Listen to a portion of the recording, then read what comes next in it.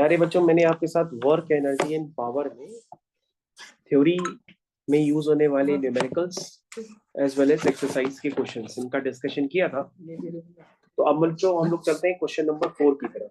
देखो बच्चों, question number 4 क्या लिखा है?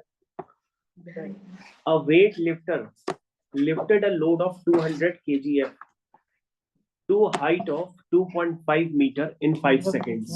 ये देखो, यहाँ बच्चों एक वेट लिफ्टर खड़ा है। सारे बच्चे इधर ध्यान दें, वेट लिफ्टर खड़ा है। वो एक लोड को उठाता है और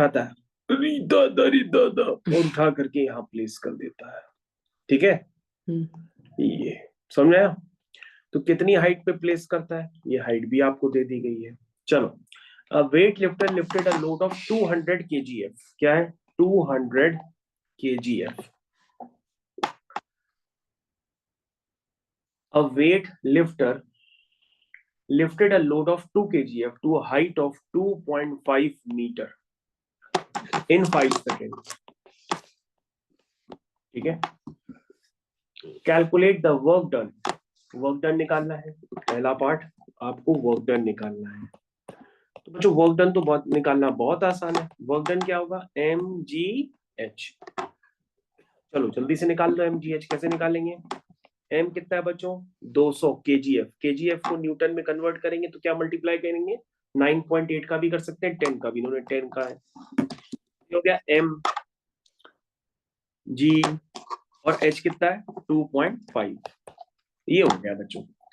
तो बच्चों जल्दी से हमको बताओ ये भाई वैल्यू कितनी निकल के आ रही है, क्योंकि यही वैल्यू जो होगी ना बच्चों, यही होगी वेट लिफ्टर द्वारा किया गया वर्क डन। तो बच्चों जल्दी से बता दो कि यहाँ पे वर्क डन कितना होगा, बताओ।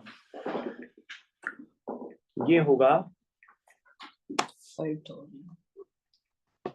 हाँ, ये हो जाएगा 200। जल्दी से बताओ बेटा कितना है? 5000। एक बच्चे ने बता दिया कि वैल्यू आ रही है 5000 जूल। ठीक है, चलिए उसके बाद पूछ रहा है power developed by him. Power क्या होता है बच्चों? Second part. पावर होता है बच्चों रेट ऑफ डूइंग वर्क। हो गया work done upon time taken. Time taken कितना हो गया? 5 सेकेंड। तो बच्चों ये कितना हो गया? 1000 वॉट। ये बच्चों हो गया fourth question. Fifth question, a machine raises a load of 750 newton through a height of 16 meter। तो बच्चों कितना लोड उठाती है मशीन, यानी कि वेट, यानी कि mg कितना है? 750 newton to height of 16 metre. Height कितनी है? 16 मीटर। हाँ। क्या पूछ रहा है? एनर्जी। तो पहला part, energy spent by machine. कितनी एनर्जी स्पेंड कर रही है मशीन? वो होता है mgh। mgh यानी हो गया mg इंटू h। बच्चों मल्टीप्लाई करके जल्दी बताओ कितना आया?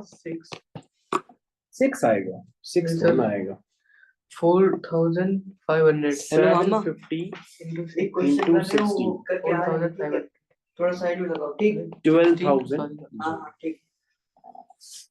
फिर क्या लिखा है? Power of machine if it is 100% efficient. Power निकालनी है। पावर क्या होता है? रेट ऑफ डूइंग वर्क, यानी वर्क डन को टाइम से डिवाइड कर दो। टाइम कितना है बच्चों? क्वेश्चन में पढ़ के बताओ, फिफ्थ वाले क्वेश्चन में 5 सेकेंड। तो बच्चों ये 12,000 को डिवाइड कर दो 5 सेकेंड से, तो कितना आ जाएगा? 2400 वॉट आ जाएगा। तो बच्चों अभी हम लोग ने फिफ्थ क्वेश्चन किया। चलो जल्दी से सिक्स्थ क्वेश्चन भी कर लेते हैं। लिखा है an electric heater of power. Power दी है इलेक्ट्रिक हीटर की, कितनी दी है? 3 किलो वॉट, और जरूरत पड़ने पे किलो को हम हटा के 10 की पावर 3 भी लिख सकते हैं। टाइम कितना है बच्चों? 10 आवर्स। आवर्स को बच्चों अगर सेकंड में कन्वर्ट करना हो तो 60 इंटू 60 मल्टीप्लाई करेंगे तो टाइम सेकंड्स में कन्वर्ट हो जाएगा। एनर्जी पूछ रहा है, तो एनर्जी कितना होता है बच्चों? एनर्जी होता है पावर इंटू टाइम टेकन। ठीक है ना? एनर्जी क्या होता है? Power into time taken. तो लिख रहा है कि एनर्जी निकालो किलो वाट आवर में, तो पावर भी किलो वाट में चाहिए होगी, तो 3 किलो वाट हो गया। टाइम भी आर में चाहिए होगा, 10 आवर्स हो गया, यानी कितनी होगी? 30 किलो वाट आर। ये हो गया। फिर बच्चों आपको पता होना चाहिए कि 1 किलोवाट आवर में कितने जूल होते हैं, 3.6 इंटू 10⁻6 जूल होते हैं। तो 30 किलोवाट आवर में कितने जूल्स होंगे, 30 इंटू 3.6 इंटू 10⁻6। इसको बच्चों मल्टीप्लाई कर दोगे तो एनर्जी जूल्स में कन्वर्ट हो जाएगी, विच इज 1.08 इंटू 10⁸8 जूल्स। ये बच्चों आपका फर्स्ट और सेकंड पार्ट कंप्लीट हो जाएगा। तो मेरे ख्याल से बच्चों आपको फर्स्ट पार्ट भी समझ में आ गया और सेकंड पार्ट भी आपको समझ में आ गया। तो फिफ्थ और सिक्स्थ दोनों पार्ट आपके कंप्लीट हो चुके हैं। तो सेवेंथ क्वेश्चन करोगे? सर आ गए हो।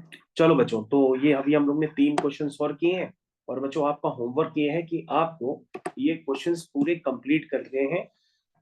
हम लोग ने 6 किए हैं, आपको 10 क्वेश्चन और एडिशनल करने हैं, यानी क्वेश्चन नंबर आपको 7 से लेकर के क्वेश्चन नंबर 16 तक आपको कंप्लीट करने हैं। ये आपका क्या हो गया, होमवर्क हो गया। किसका, वर्क एनर्जी टाइम का होमवर्क है और हम लोग पेज नंबर 31 पे। चलिए इतने क्वेश्चंस आप करिएगा खुद से। तो पहले बच्चों जितना हमने बताया ये साफ सुथरे पहले आप नोट्स बनाएंगे, उसके बाद ही आप क्वेश्चंस करेंगे, ठीक है।